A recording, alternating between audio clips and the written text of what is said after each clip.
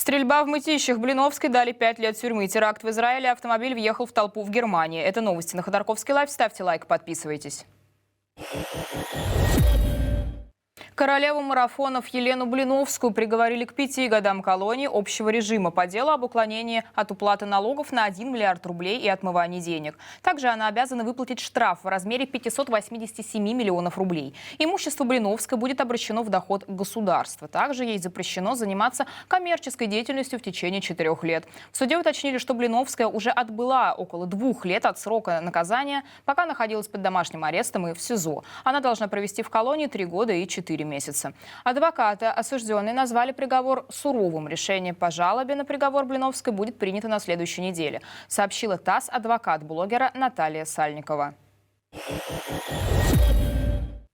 В подмосковных Мытищах 2-й раз за сутки произошла стрельба. Конфликт вспыхнул между 2 водителями. В ГУМВД по Московской области сообщили, что один из них выстрелил из травматического пистолета. Тем временем появились новые детали о стрельбе в ТЦ «Красный кит» в тех же Мытищах. Накануне посетитель торгового центра стал стрелять во время конфликта с охраной. Телеграм-канал «База» утверждает, что стрелок – лейтенант Федеральной службы охраны 24-летний Данила Потехин.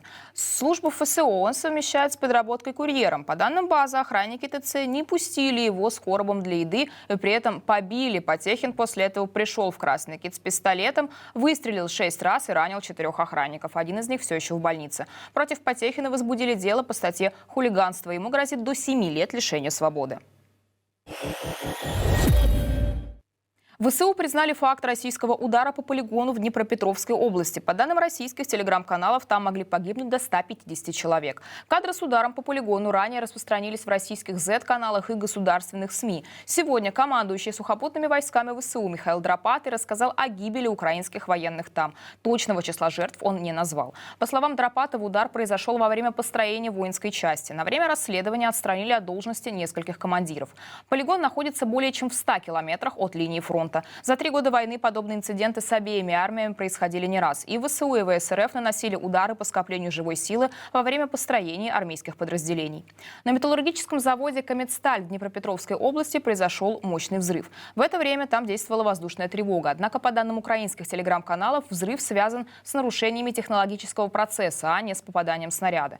По предварительным данным, никто не пострадал. Провоенные российские телеграм-каналы пишут о возможной диверсии на заводе. Официального сообщения об инциденте со стороны украинских властей нет. Завод может иметь косвенное значение для оборонной отрасли страны. 33 жителя Курской области вернулись в Россию из Украины. Об этом сообщила омбудсмен Татьяна Москалькова. В основном это пожилые люди, но есть и 4 детей. У большинства вернувшихся тяжелые болезни. Людей направили в курские больницы. Ранее около 100 россиян с российских территорий подконтрольных ВСУ вывезли украинские власти. Передача россиян состоялась при поддержке Международного Красного Креста и при посредничестве Беларуси. Автомобиль въехал в толпу в немецком Мангейме. По информации полиции, это случилось на центральной площади города Параден-плац. Точной информации о возможном преступнике пока нет. В центре города проходит полицейская операция. Некоторые немецкие СМИ сообщают, что преступник уже задержан и он был вооружен. По словам очевидцев, черный внедорожник въехал в толпу намеренно. По данным издания «Бильд», 2 человека погибли, еще 25 пострадали. 15 из них находятся в тяжелом состоянии. Полиция Германии подтвердила информацию об 1 погибшем. Также теракт произошел в израильской Хайфе. Там мужчина напал с ножом на прохожих на автобусной остановке рядом с центральным автовокзалом. По словам очевидцев, он кричал «Аллах Акбар». По данным издания «Бильд», в результате нападения погиб 70-летний мужчина, 3 раненых в тяжелом состоянии. У одной женщины ранение средней степени тяжести. Один из пострадавших – солдат Сахал. Нападавшего застрелил офицер сил безопасности. Полицейские застрелили еще 1 человека, но неизвестно, был ли он причастен к теракту. По данным полиции, нападение совершил 20-летний друз из города Шфарам, который имел гражданство Израиля и Германии. Террористическая группировка «Хамас» одобрила нападение, но ответственность за него на себя не взяла. Друзская община осудила действия террориста. Умер австралиец, который 1173 раза становился донором крови. Он спас больше 2 миллионов детей.